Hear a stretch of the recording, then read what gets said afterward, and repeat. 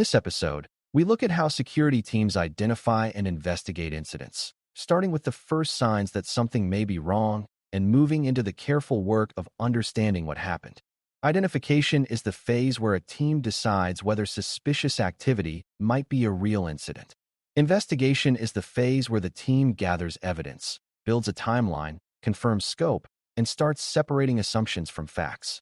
This work can begin with an alert from a monitoring tool, an advisory about a new threat, a user report, a threat hunting discovery, or forensic evidence from a system. The process matters because a rushed conclusion can lead to the wrong response, while a delayed response can give an attacker more time. Good identification and investigation help the organization act with enough speed to reduce harm and enough care to avoid making the situation worse. Before we continue, a quick note. This audio course is part of our companion study series. The first book is a detailed study guide that explains the exam and helps you prepare for it with confidence. The second is a Kindle-only ebook with 1,000 flashcards you can use on your mobile device or Kindle for quick review. You can find both at CyberAuthor.me in the Bare Metal Study Guide series. Detection is often the first doorway into incident identification. A detection may come from a security information and event management (SIEM) platform, an endpoint tool, a cloud alert, an identity system, a firewall, a data protection tool, or a user who reports something suspicious. The detection itself does not prove that an incident has occurred. It is a signal that deserves review. A failed login alert might be harmless if someone mistyped a password. The same alert may be more concerning if it appears across many accounts or is followed by a successful login from a strange location. Security teams look at the detection, the affected system, the user involved, the time of activity, and the surrounding events. The goal is to decide whether the signal is noise, a policy issue, a technical problem, or a possible security incident. Alerts become more useful when they are connected to context. An alert about unusual file access means more when the team knows whether the files are sensitive, whether the user normally works with them, and whether similar access happened before. An alert about an administrative change means more when the team knows who approved the change, what system was affected, and whether the action happened during a planned maintenance window. Context prevents the team from treating every alert as equally serious. It also prevents the team from dismissing something important just because the first signal looked small. Many incidents begin with ordinary-looking events that only become meaningful when combined. A strong investigator learns to ask what came before, what came after, what else changed, and whether the activity fits the normal behavior of the account, device, or system. Advisories are another source of incident identification. An advisory is a notice that provides information about a vulnerability, threat campaign, vendor issue, attack method, or security update.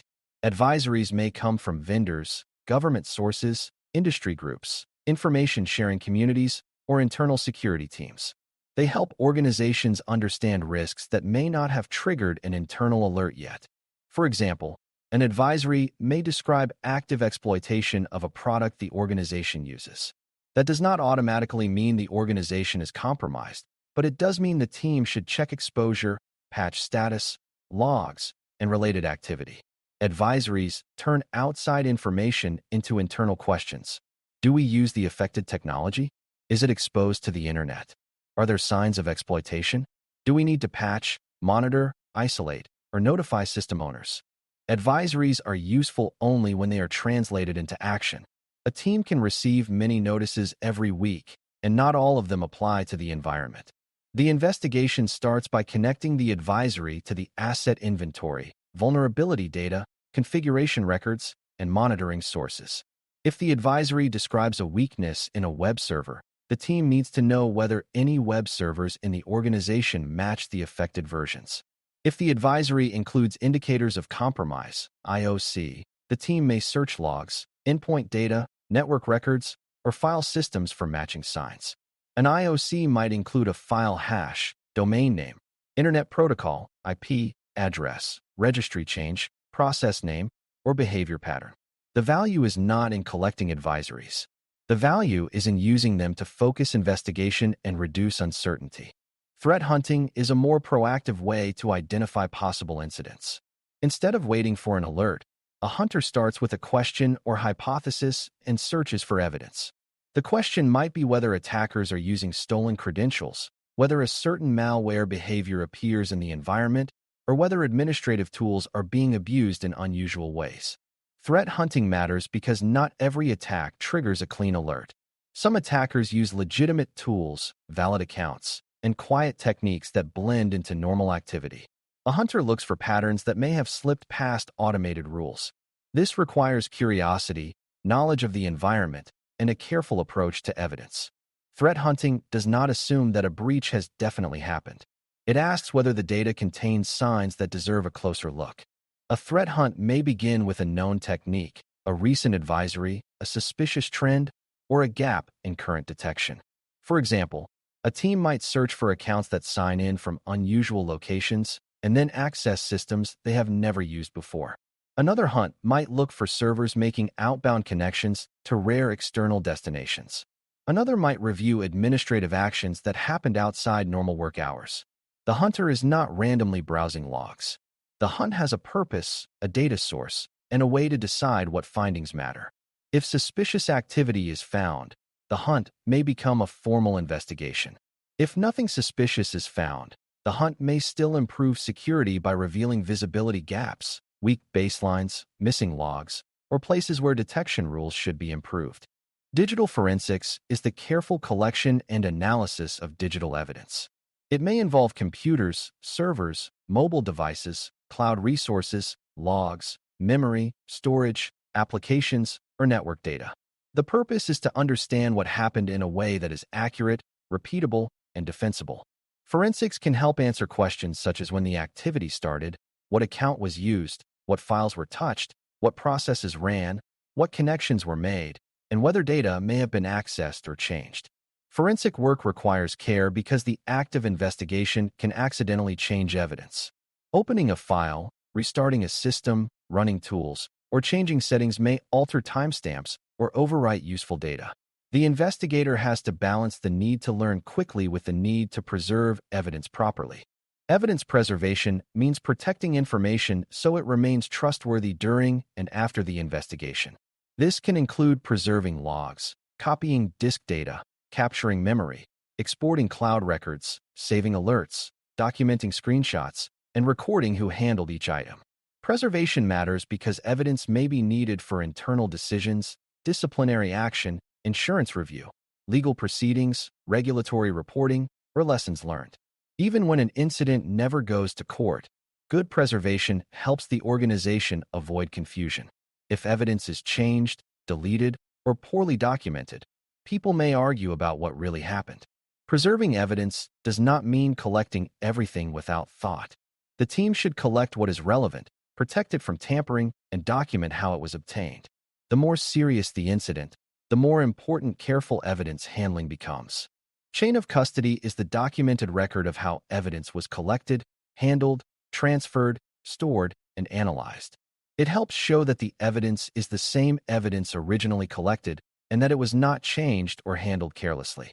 A chain of custody record usually identifies what the evidence is, where it came from, who collected it, when it was collected, where it was stored, who accessed it, and why it was transferred or examined. This may sound formal, but the idea is straightforward. If evidence matters, the organization needs to know where it has been and who touched it. Without chain of custody, evidence can lose credibility. A security team may still learn from it, but it may be harder to rely on it for official decisions or legal processes. Investigation also depends on building a timeline. A timeline places events in order so the team can understand the sequence of activity. The timeline may include the first suspicious login, the first alert, the first file access, a privilege change, a network connection, a malware detection, a user report, a containment action, and recovery steps. Timelines help distinguish cause from coincidence. If a file was changed before a suspicious login, that login may not explain the change. If a new account was created minutes after a privileged credential was used, that relationship may be important. Accurate time settings are critical because logs from different systems need to line up. When clocks are wrong, the story becomes harder to trust. A clear timeline helps the team communicate facts without guessing. Scope is another major investigation question. Scope means how far the incident reached. The team needs to identify which accounts, systems, data, applications, networks, and users may be affected. A malware alert on one endpoint may be isolated, or it may be one sign of a wider compromise. A suspicious login may involve one account, or it may indicate that several accounts were phished. A vulnerable server may show no exploitation, or it may have been used as a starting point to reach other systems. Investigators use logs, alerts, endpoint data, network records, identity events, and forensic evidence to expand or narrow scope. Correct scope matters because containment and recovery decisions depend on it. If the team underestimates scope, parts of the incident may remain active. If the team overestimates scope, it may cause unnecessary disruption. Documentation is part of the investigation from the beginning, not something added later when everyone is tired. Investigators should record what was observed, what was collected, what actions were taken, who made decisions, and why certain conclusions were reached. Clear notes help the team avoid repeating work, explain decisions to leadership, and support later reporting. Documentation also helps separate facts from assumptions. A fact might be that a login occurred from a certain address at a certain time. An assumption might be that the login was malicious. The investigation should make those differences clear. Good documentation is especially valuable when the incident lasts across shifts or involves many teams. It lets the next person understand the current state without relying on memory or informal conversation. At the Security Plus level, you should understand the relationship between identification, investigation, and evidence handling. Detection gives the team a starting signal. Advisories bring outside threat and vulnerability information into the organization's review process. Threat hunting proactively searches for suspicious behavior that may not have produced an alert. Forensics helps the team collect and analyze digital evidence in a careful way. Evidence preservation protects the trustworthiness of what was found. Chain of custody documents who handled evidence and how it was controlled. These pieces work together because incident response depends on good information. The team needs enough evidence to understand what happened, enough discipline to protect that evidence, and enough judgment to decide what action is appropriate based on the facts. The main takeaway is that identification and investigation are about turning uncertain signals into reliable understanding. A detection may point to suspicious activity, but it needs context. An advisory may describe a serious threat, but the team must determine whether it affects the organization. A threat hunt may reveal hidden behavior, but the findings need validation. Forensics can uncover what happened, but evidence must be collected and protected carefully. Chain of custody keeps important evidence credible by documenting its handling from collection through analysis and storage. A strong investigation does not jump to conclusions, ignore weak signals, or treat evidence casually. It moves carefully from alert to context to evidence to timeline to scope to action. That discipline helps the organization respond faster, explain decisions more clearly, and learn from the incident after the immediate pressure has passed. Thanks for listening. For more audio courses, daily newsletters, and more, please visit baremetalcyber.com.